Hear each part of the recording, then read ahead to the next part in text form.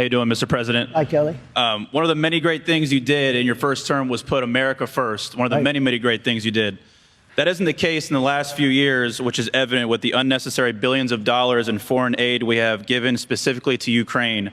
So what is going to be the solution to fix all of that spending? Thank you very much, Kelly. Appreciate it. I like that question. I like this guy. I can tell. But he's a man of common sense. I'm a man of common sense. You know, they say you're conservative, you're liberal, you're this, you're that. No, we're people of common sense. We need borders. We don't want to give foreign aid to countries that hate us. I mean, we're giving foreign aid to countries that hate us. If you look at the numbers in terms of the billions and even trillions of dollars that we give to foreign aid, and yet we don't protect our own border. We don't protect our own military. We have the greatest, you know, I knocked out ISIS. Everyone said it would take 4 years. It took me 3 months to knock out, totally decimate ISIS. We took out Soleimani. We took out al-Baghdadi. We did a job like nobody's ever done. So you wouldn't be in favor of giving $60 billion more for Ukraine? Because they said without that money, Ukraine will definitely lose the war, which would then empower Vladimir Putin and endanger our allies. And I guess the thing that bothers me most, it would have never happened if I were president. Well, it did happen, so what are you going to do about it? But it would have never happened. Putin would have never done it for two reasons. Number one, I said, don't do it. He would never have done it. And the other reason was oil prices were low. At $40 a barrel, it doesn't work. What would you At $100 a barrel, he made a fortune during this war. So what I would do is, first thing I get on the phone is with the European nations who are in for 25% of what we're in. We're in for over $200 billion. They're in for $35 billion. We spent about $100 billion so far, but it will be $160. It's a difference of $150 billion. They've got to start paying up. You know, it affects them much more than it affects us. We have an ocean in between us. They don't have that ocean in between. They have to start paying up. And you know why they haven't paid? Because nobody asked him. Biden doesn't call. Does Biden lie awake at night, sleeping, cursing? He turns for another reason, not for the reason we're talking about. Sweating, saying, we got to get more. We've got to get them to pay up because there's $150 billion difference. I feel very bad. Remember this. You're really up against a war machine in Russia. Russia, what they do? They defeated Hitler. They defeated Napoleon. You know, they're a war machine. They're a much bigger country. Orban, who I think is a fantastic guy. A lot of people don't like him because he's a little bit on the tough side.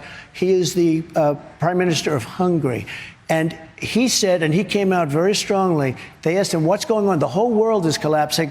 He said, if the United States elects Donald Trump, it'll all end. Everybody was afraid of Donald Trump.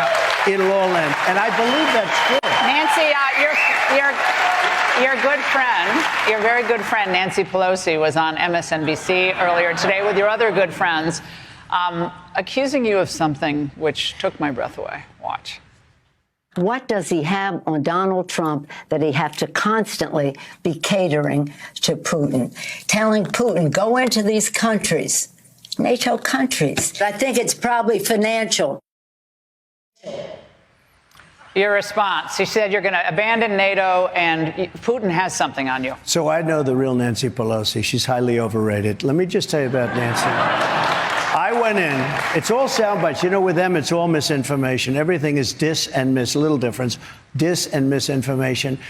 I went in, got in, and I stopped Nord Stream 2. Most people don't know what that's the Russian pipeline. The most important economic deal, plus, I call it economic plus, much more than economic, ever. I stopped it. I told Germany, you're not having it. I told all of Europe, you're not having it. Anybody that wants to have it, they're not dealing with you. I ended it. That's the biggest deal ever in the history of Russia. They are going to supply Europe with oil and gas. I ended it. Biden comes in and he vetoed what I had done. It was done. Nord Stream 2 was done and he approved it. But he ended the Keystone pipeline, which is our pipeline, which should have been approved. Yep. When people say that about Russia, and Putin would even say to me, he said, you treat us very bad. I had sanctions on Russia that nobody's ever put there before. In fact, Biden took them off. It's just misinformation. Anybody that walked in and ended, and remember this, Putin took land from every president of our last 5, except for one, me. And now he's going for the big one. He's going for all of Ukraine. No. He's going for all of Ukraine, not just a little piece. Now, He's going for all, and that's under Biden.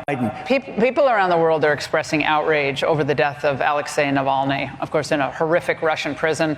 You posted on Truth Social about it. You said that his death made you more aware of the political circumstances here at home. It's happening here. Specifically, your rivals. I want to give you the chance to expand on that, because obviously your opponents have used that to say, again, pro-Putin, don't care about human rights or freedom, the freedom movement.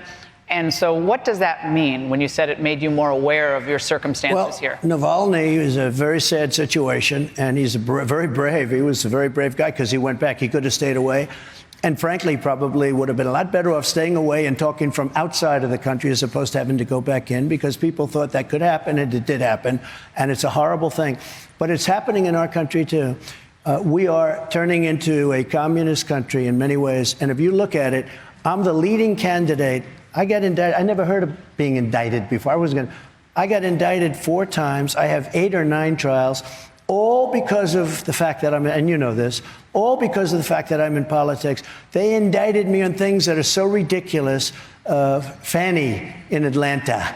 We'll get into that. We're going to get into that in a moment. But we're going to get into my favorite DA in a moment. But do you see yourself as a potential political prisoner in the United States, because that's their goal, is to put you in jail behind your bars, right, for the rest of your life? If I were losing in the polls, they wouldn't even be talking about me, and I wouldn't have had any legal fees. If you had retired from politics, would all these cases? If I were out, I think, although they hate me so much, I think if I got out, they'd still, let's pursue this guy. We can't stand this guy.